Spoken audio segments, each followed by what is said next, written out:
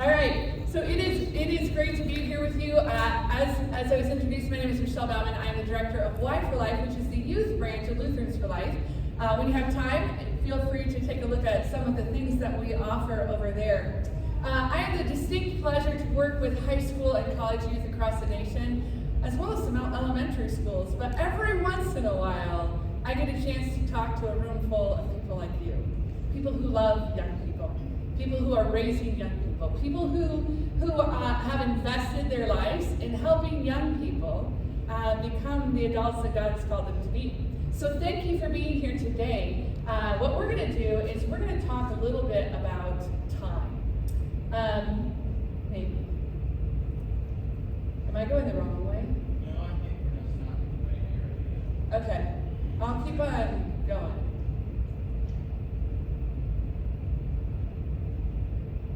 Should I keep on going?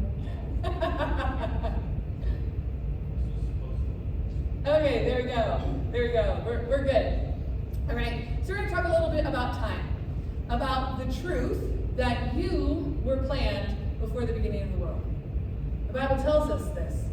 That before time existed, God planned to bring you here to this time and this place, set apart for the things that He has planned for you to do, to care for the people that He has called you to care for when we talk about vocations later. You are not a cosmic accident. You were human, you were God-made, a human inside of your mom from the moment of fertilization. And from that moment, God formed you, Psalm 139 tells us, by hand, knit you together for His place and His purpose. That gives your life inherent value and inherent meaning. It also gives your child's life, or your student's life, or your grandchild's life inherent value and meaning as well. I want to do this, I want to talk about this concept of time and being set apart by telling you two stories. I used to be an English teacher, and one of the things you learn when you're a teacher, you don't just teach when you're a teacher, you learn, is that sometimes stories teach better than lecture. So I'm going to tell you two stories. One about a woman who lived a long time ago, a young woman actually, probably in her teens. And two about a young man who is still alive today. In order to start, because this is about time, we're going to do it chronologically. So we will talk about the woman who lived a long time ago first.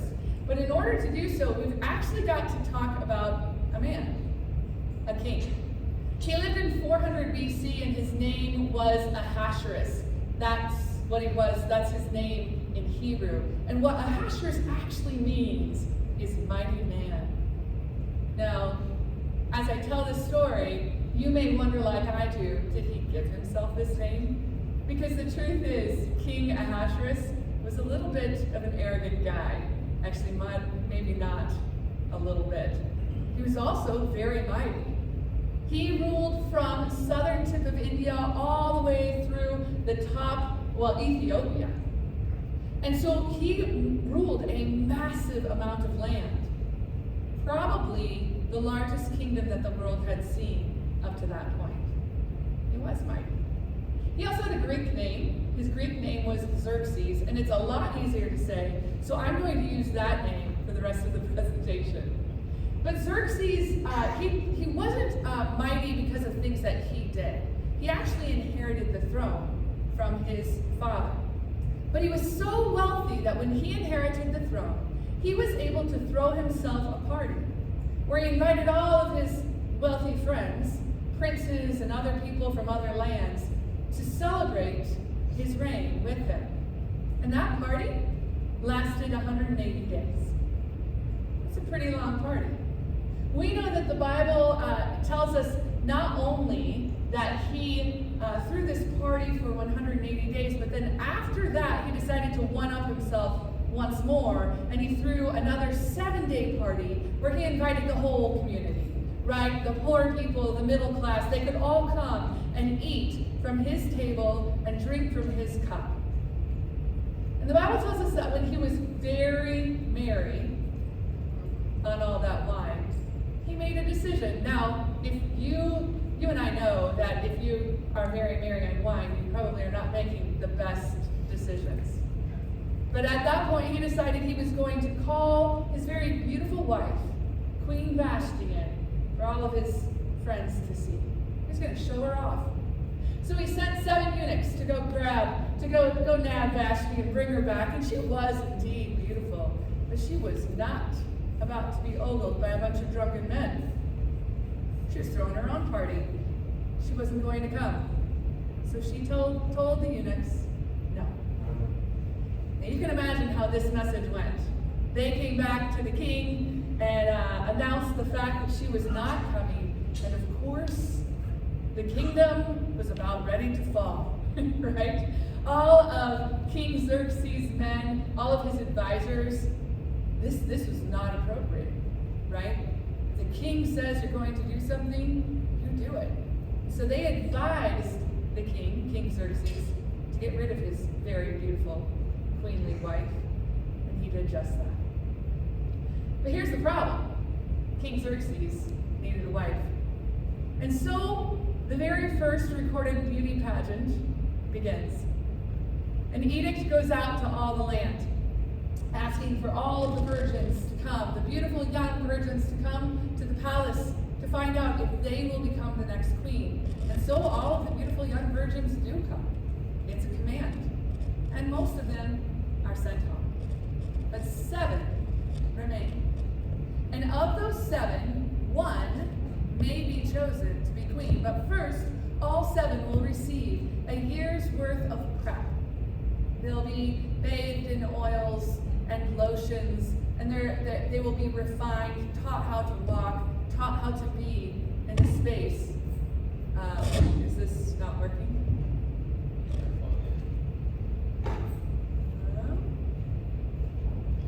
I think it is. Yes. Can you hear me? Can you hear me now? Now you can. You really can't.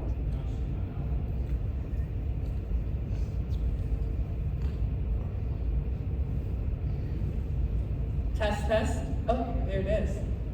Is this okay? Just keep this. Okay, I'll keep that. Okay, sounds good. So sorry. No, that's okay. All right, so where are we?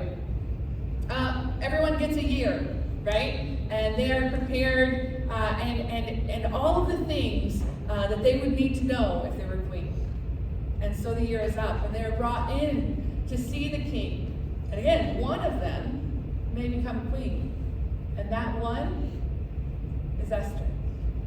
You see, all 7 of them are guaranteed to become part of the king's harem, and he has thousands of other women in that harem, but one might have a special honor of being his wife.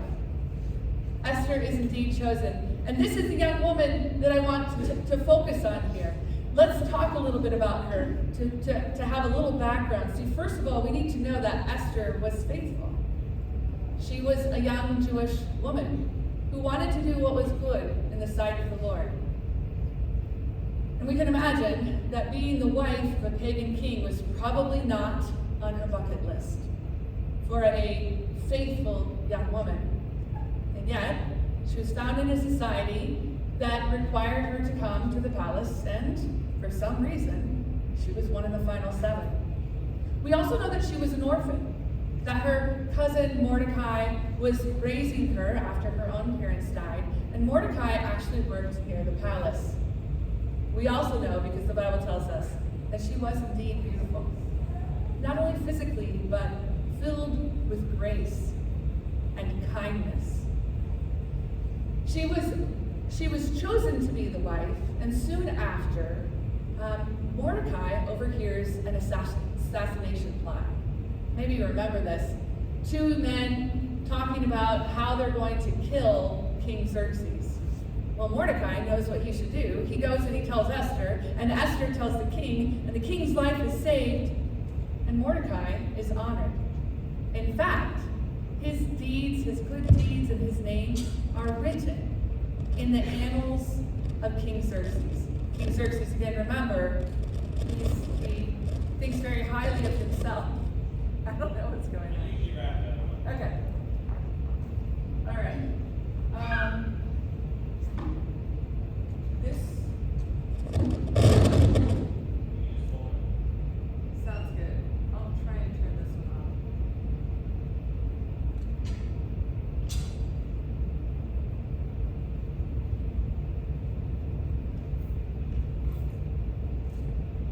Okay, test. Test. Test.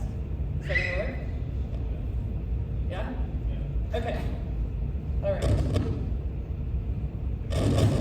This other one is live though, so.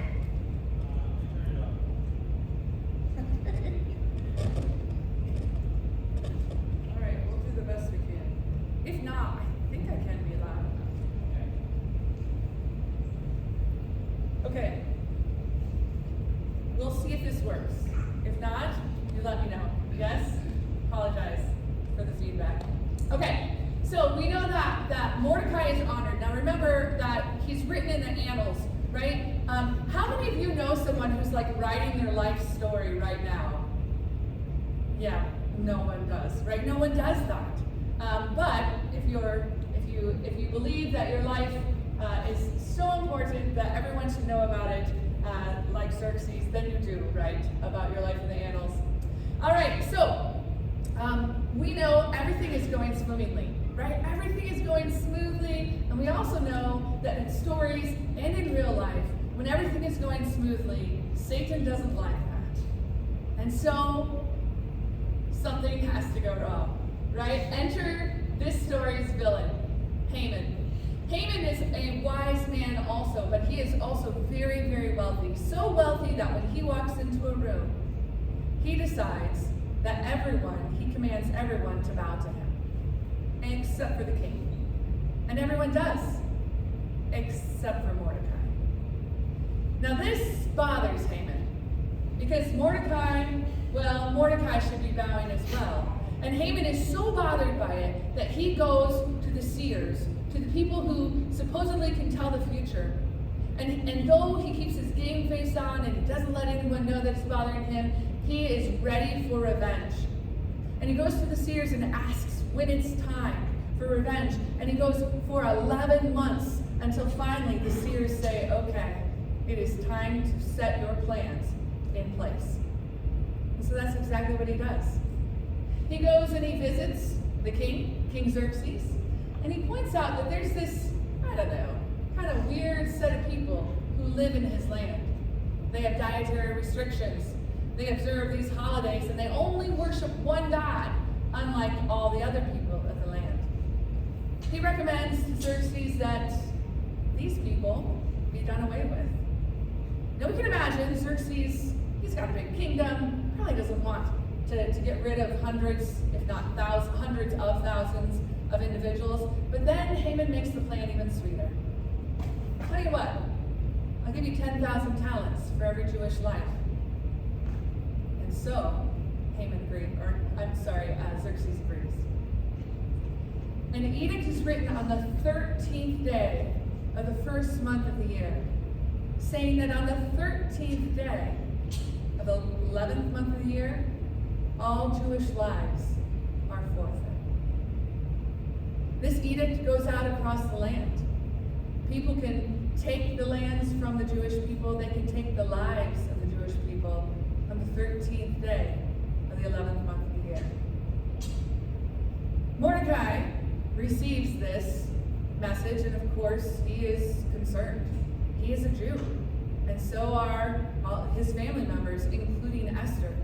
And so he dresses in sackcloth and ash, and he goes to the gates of the city and of the palace and stands there. And eventually he continues to request to see Esther. And somebody comes and tells her, hey, your cousin is doing kind of a weird thing out by the front gates. And instead of going to meet him, she sends him a note, and he sends her a note. And in this note, he tells her about the edict because she doesn't know. She's behind the palace walls. And he tells her to speak for the Jews, to save their lives. But Esther, she is afraid. Because the law is that you cannot come into the presence of the king unless the king calls you into his presence. The king had not spoken to Esther, had not called Esther into his presence for over 30 days. Another sign that this maybe is not a loving relationship, right? She was concerned for her life.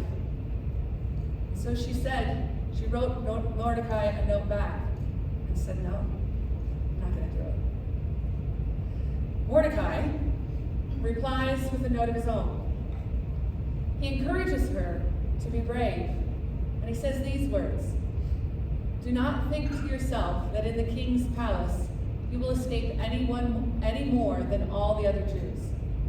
For if you keep silent at this time, relief and deliverance will rise for the Jews from another place. But you and your father's house will perish. And who knows whether you have not come to the kingdom for such a time as this. For such a time as this. You see, Esther was indeed set apart for such a time as this. She was placed in the perfect position to speak for the lives of the people, of her people, of God's people. No one else could do it like she was able to do. And we know from the story of Esther, she did do it. That Mordecai's words convinced her to be brave, to recognize the position that God had placed her in, and to use that to uphold the lives of others. You see, Esther did enter the throne. She asked before she entered for prayers, and she fasted for a time because she was afraid. She went. And the king saw her, and he greeted her and promised up to half of his kingdom. But she asked only for one thing. Come to dinner. Bring Haman with you. And the first night she served them dinner. And while they were there, she chickened out. She wasn't able to address the situation. And that night, what she was able to do was to ask him to come back for one more dinner. You know, sometimes we look at heroes and we think, man, they do everything right. But here, we see that Esther actually, she didn't do what she needed to do that first night. But does God work through even the difficult things, even the things we fail at? He does. And let me tell you how. You see, that first night, Xerxes goes back to his room. He had a wonderful meal with his wife. He has a difficult time sleeping. And so while he lays in bed, he decides, well, I might as well do something. And so he calls one of his servants to go get his annals so he can reflect on his life, read about himself. Maybe this will help him go to bed, right? Get tired and go to bed. And as he's reading, he comes across the story of Mordecai saving his life. And the next day, he goes to Haman and he says, what would you do for a man who has done great things for the king? And the king, Haman thinks, oh, the king is talking about me. And so he says, well, I would put the king's robe on him, and I would have him walk up to the horse, or the king's horse, and then ride through the city on the king's horse and wear the king's ring. And the king says, let it be. Bring Mordecai. You can imagine how upset Haman was, right? But Mordecai was honored. He did wear the robe. He did ride on the horse through the city. He did wear the king's ring. And that night, he had dinner with his wife again, King Xerxes and Haman. And at that moment, at that event, at that meal, Esther was able to disclose this plot, to remind the king that Mordecai had done wonderful things, that Mordecai was a Jew, and to disclose her own heritage as well.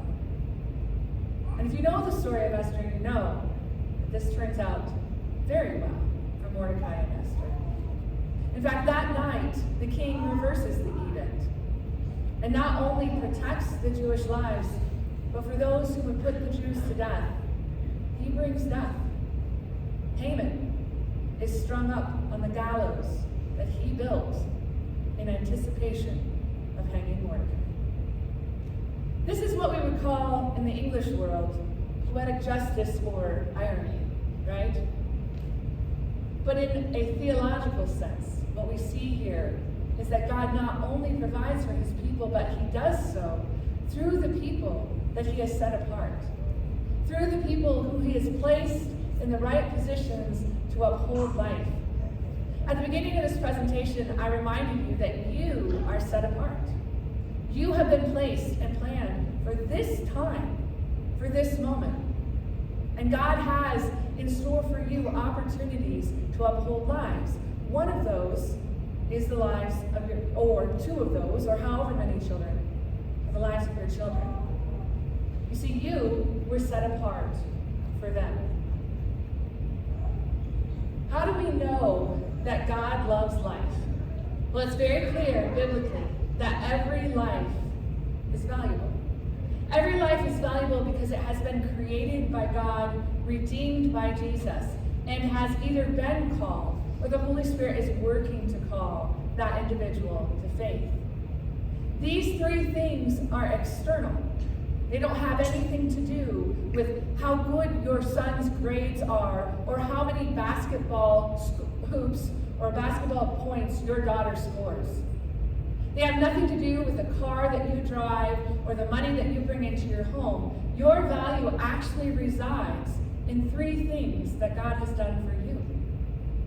Handmade you, died for you, called you to faith, and now lives in you, set you apart. Your life is valuable, as are your children's.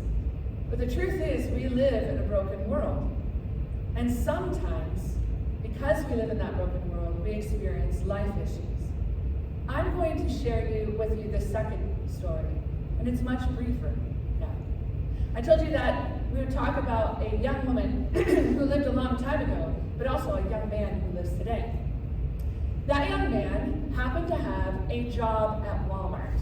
He was not really excited about being a cashier at Walmart, I can tell you, but he needed to make money for college. And one day, as he was working as a cashier at Walmart, he was in that area where it's the self-checkout area. You know that area, right? How many of you have been to the self-checkout area at Walmart? That's the area where you work also when you go grocery shopping, right? And there was a woman who came in and she had 3 little kids, all under the age of 5. And she was trying to wrangle them and keep them in their seats and get them at the same time check out herself, right? And so to keep them busy, she gave each of them a pack of fruit snacks. Now, I don't know about you, but I seem to always, whenever I bought the pack of fruit snacks for my kids, they were always the ones that were really hard to open, right? You open them and you pull a little too hard and it just like explodes. All the fruit snacks fly all over the place. And that's exactly what happened. One of the little kids, he opened his fruit snacks and the fruit snacks flew all over the floor. And one of those, or 2 of those fruit snacks, flew into a pile of powdered bleach. You see, there had been a spill there. And one of this young man's friends, co-workers, put the powdered bleach down to soak things up and was coming back with a mop. But Simeon, this young man, saw the little kid picking up all those different fruit snacks and putting them back in the bag and then picking up the ones that were in the powdered bleach and bringing them to his mouth. And Simeon ran over and knocked those fruit snacks right out of the kid's hand, right? Of course, he made the child start crying. And unfortunately, the child did not speak English, only spoke Spanish. But Simeon, who happened to be my son, came home and said, "Mom, I think I just saved a kid's life today. I totally made him cry, but I think I might have saved his life."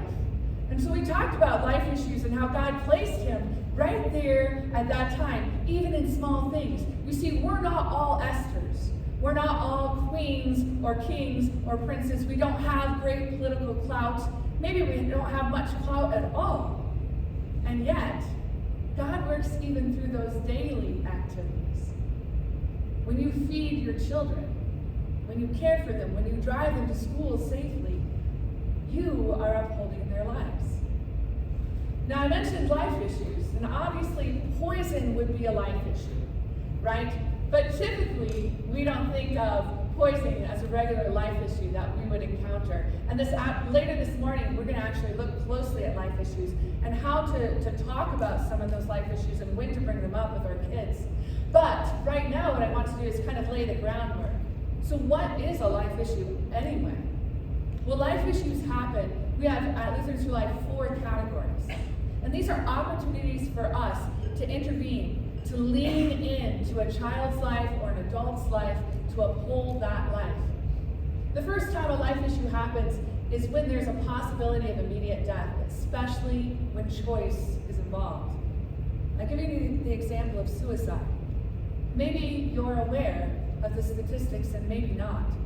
But since COVID, suicidal ideation has risen by well over 50%, in some cases over 100%, so more than doubled in different age groups. One of those age groups is in our preteens. Another age group are elderly.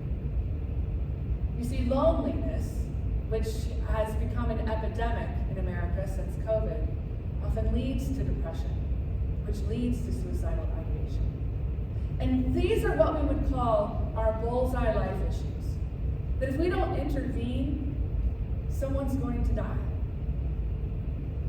If you are a child, if you are a parent of a child in middle school or high school, this is a life issue you're going to want to be aware of. Not only for your own child, but also for what your child is seeing on social media, which sometimes elevates and makes romantic this idea of ending one's life. There are other life issues, though, too, that fall into this category. End-of-life physician-assisted suicide, abortion, and unplanned pregnancies fall into this category. Another area that we'll talk about later. The second category, life issues happen when we disregard the immediate needs of our neighbor, specifically needs that, if not met, will result in death.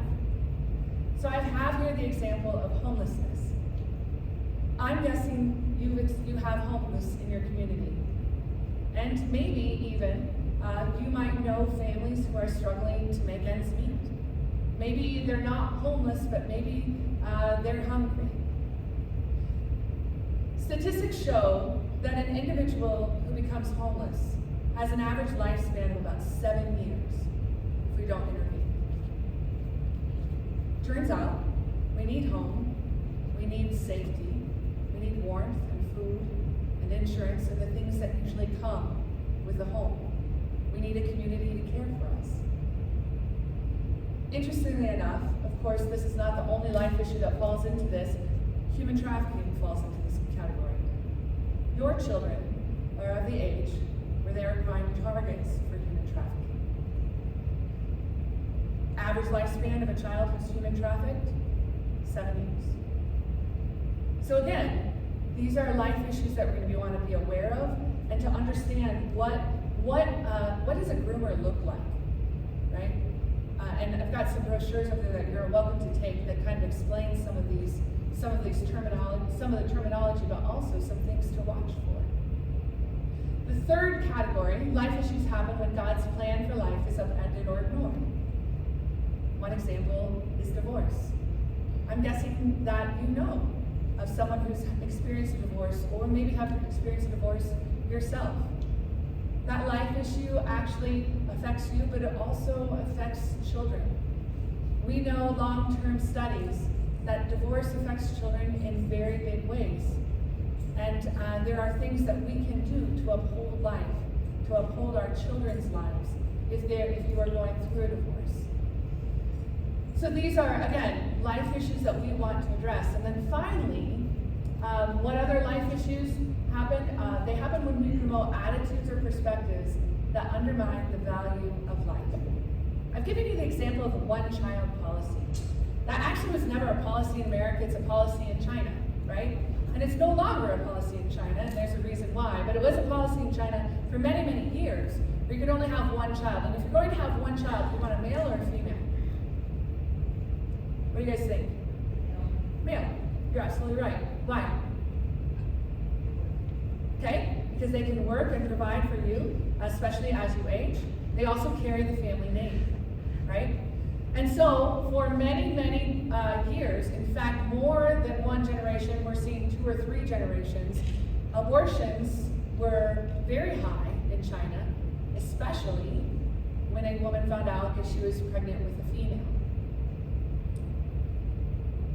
Now, there are lots of people in China that don't live in the cities, that live out in areas where they don't have ready access to medical care. And so then women would have to make that decision after they had given birth. Now we've crossed over into another life issue, not just abortion, but infanticide. Now the one-child policy is no longer the case in China. In fact, they're encouraging people to have more than one child, because guess what? There are a lot of adult males in China, but not a lot of adult females. And so the population is decreasing because it's very difficult to find someone to marry. In fact, in China now, they're actually paying families to have more than one child. This is not a perspective or a policy in America, but we certainly have perspectives that undermine the value of life in America. For example, how many of you have heard that the ideal family size is a family of 4? Okay? For a long time, we were promoting that. In fact, if you look at some older commercials, that was promoted. Family of 4, ideal family size. The idea of overpopulation. So the idea that having a big family is taking up too many resources from the rest of society. That's a life issue. It's not a very life-affirming policy or practice or belief. The idea that that having too many children, or that there is an idea that there could be too many children, right? Not very life-affirming. There are other ideas that are present right now that we can talk more about later, but any of our isms, right, would fall into this, like racism, classism, ageism, where we value one group of people over another. These are life issues. And they're life issues that your child either has been exposed to or will be exposed to in the coming years. So how can we, as adults, as parents who are set apart for our children, for the sake of our children, how can we prepare them for those life issues and prepare them to respond in a gospel-motivated way? I mentioned earlier that we're not kings and queens, and we aren't, but we have been given vocations. Martin Luther describes in our own catechism the areas that we have been given vocations in, and he narrows them down to 3. He talks about life in the congregation, life in the civic community, and life in the household. You see, as we get older, we get more and more vocations, and vocations are relationships that God places us in. These people that we have a relationship are intended to be blessings to us, and we are intended to be blessings to them. It is a gift that God gives. We were never meant to be alone. But He places us in congregations, and here we would even say the school as an extension of the congregation. So who in our congregation or in our school might be experiencing life issues? Well, in a church, we might have the homebound, right? Those who can't make it to church. But in a school, we might have other situations. We might have the family whose parents lost the job and need financial help. We might have the family that's experiencing divorce. Or we might have the family, the single parent mom who has 3 children and needs some support. So life in the congregation and life in the school, we have lots of opportunities to uphold each other. In a civic community, when we think about our community, when we think about Cedar Falls and Waterloo, where are the life issues? Where do we see them? I mentioned homelessness, and a number of you nodded that there are homeless in your community. I'm guessing there are also impoverished in your community. People who need donations to food banks, people who need meals, not only at Christmas and Thanksgiving, but throughout the year. And we also have life in our old in our own household, life issues that come about. Perhaps our child is diagnosed with a disability, a physical disability, or a learning disability. Maybe it is a job situation. Maybe as parents, we're not only caring for our littles, but we're also caring for our mom and dad. We're in the sandwich generation.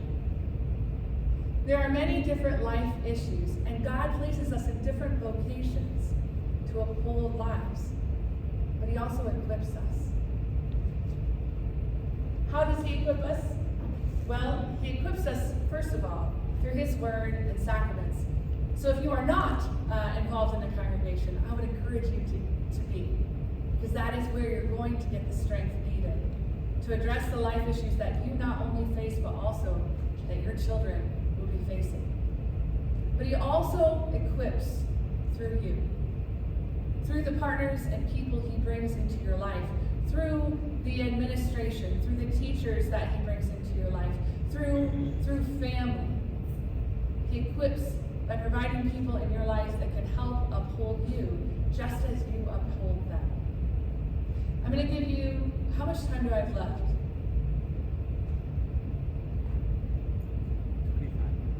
25 minutes? Excellent. Okay. I'm going to give you another short example, a short story about this. So, I mentioned I have a son named Simeon. I actually have two sons, and I'll introduce you to both of them in the next presentation. But my son Simeon, I taught him as a teacher his freshman year, and he was in my drama class. And I noticed he was also playing tennis, and he rolled his ankle at one point playing tennis. And about 2 weeks later, he rolled it again. And there were lots and lots of things that happen in sports, and healing takes some time. But his ankle wasn't quite healing like it should. And when one day he was getting on stage and we were practicing, and he fell. He just fell. And I said, you know what, Simeon? I know you don't want to go to the doctor, but it is time, right? We're going. And so we did. We went to a doctor, and our doctor took about 10 minutes with him and said, we're sending him up to a specialist in India.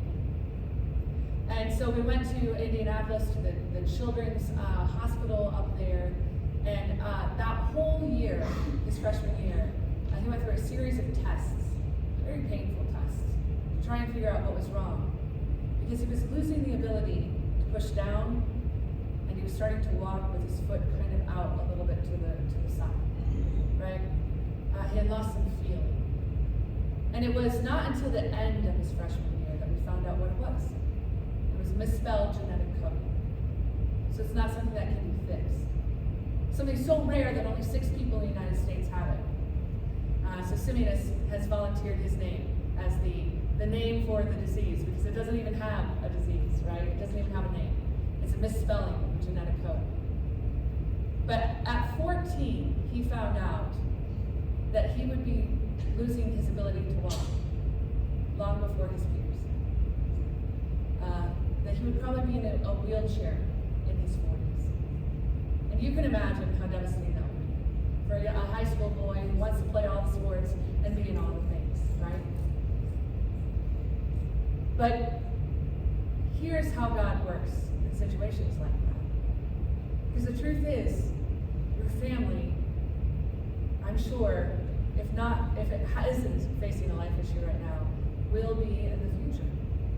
Maybe not this life issue, but God will provide. How does He do that for Simeon? Well, Simeon had caring teachers. A teacher who also had kind of an ankle thing, who took him under her wing and said, you know what, we're going to be the funny ankle crew, and made it into a relationship, right? And another teacher stepped into Simeon's life and said, you know what, your interest in robotics, you don't have to be able to walk for that. What a blessing. And Simeon had 2 parents who helped him figure out how he could drive without having to press down, right? Because that's an important life step at 16. But also helped him to realize that colleges actually have dorm rooms that are handicap accessible, right? Not only that, but that was the first year where I joined Y4Life, Lutherans for Life. And so his high school started a Y4Life team. And by the time he was done with his sophomore year, he became the president of that Y4Life team. And he started to talk about how life is valuable even if you can't do all the things that everyone else can do.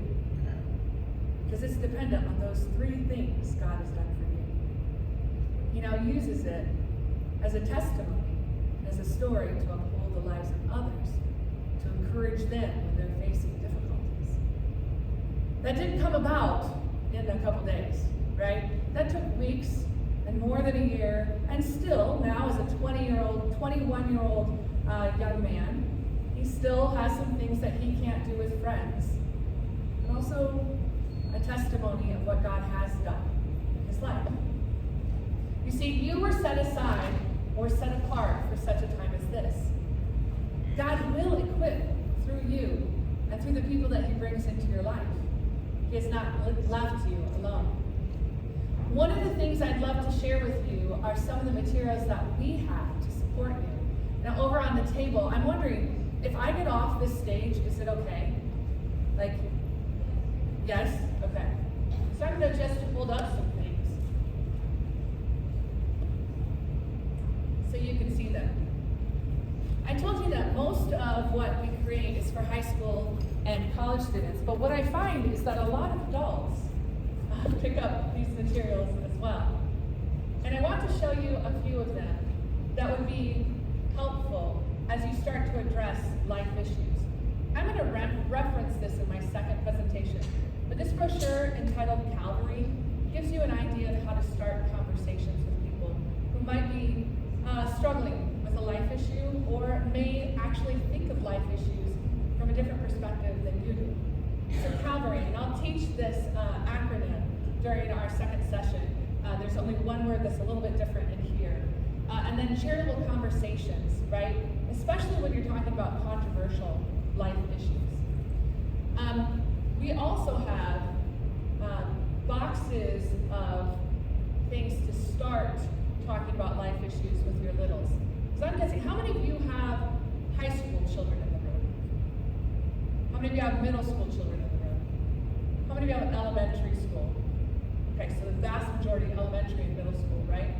So these different sets give you an opportunity to engage your kids from little on up, to start talking about life issues and to remind them of the value of their own life, right?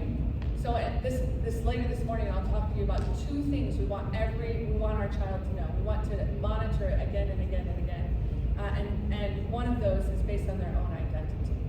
And so, like this set takes the Lord's Prayer and it breaks it down into parts. I'm guessing your child is already learning the Lord's Prayer, or maybe you're teaching the Lord's Prayer part by part. But this gives Our Father who art in heaven, and on the back it gives you ideas of ways that you can start conversations early on.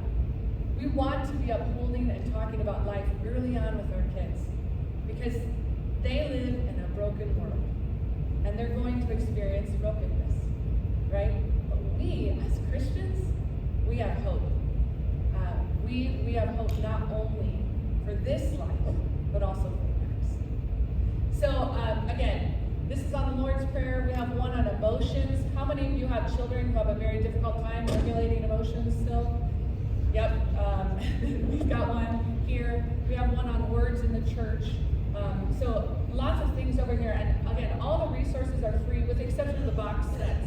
But I would encourage you. The other one I want to just point out right here is a good one on creation versus evolution. This one is so essential for forming identity, right? The world tells our children that they were accidents, cosmic accidents maybe, or but definitely not created by God's own hands. This one helps you kind of talk about the different perspectives and to remind them of how special they really are, how miraculous they are. The last thing that I want to just point out is this Owen's Mission Set, which is a set of fetal models, which I think we're going to come back and give to this school. But I would encourage you, to hold the babies, to know, bring your kids in here, show them how small and miraculous they were.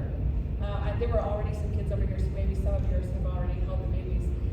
But at each developmental stage, and we have a set of 3 brochures over here. Again, they're free, that talk week by week all the amazing things that were happening in your child's life in utero.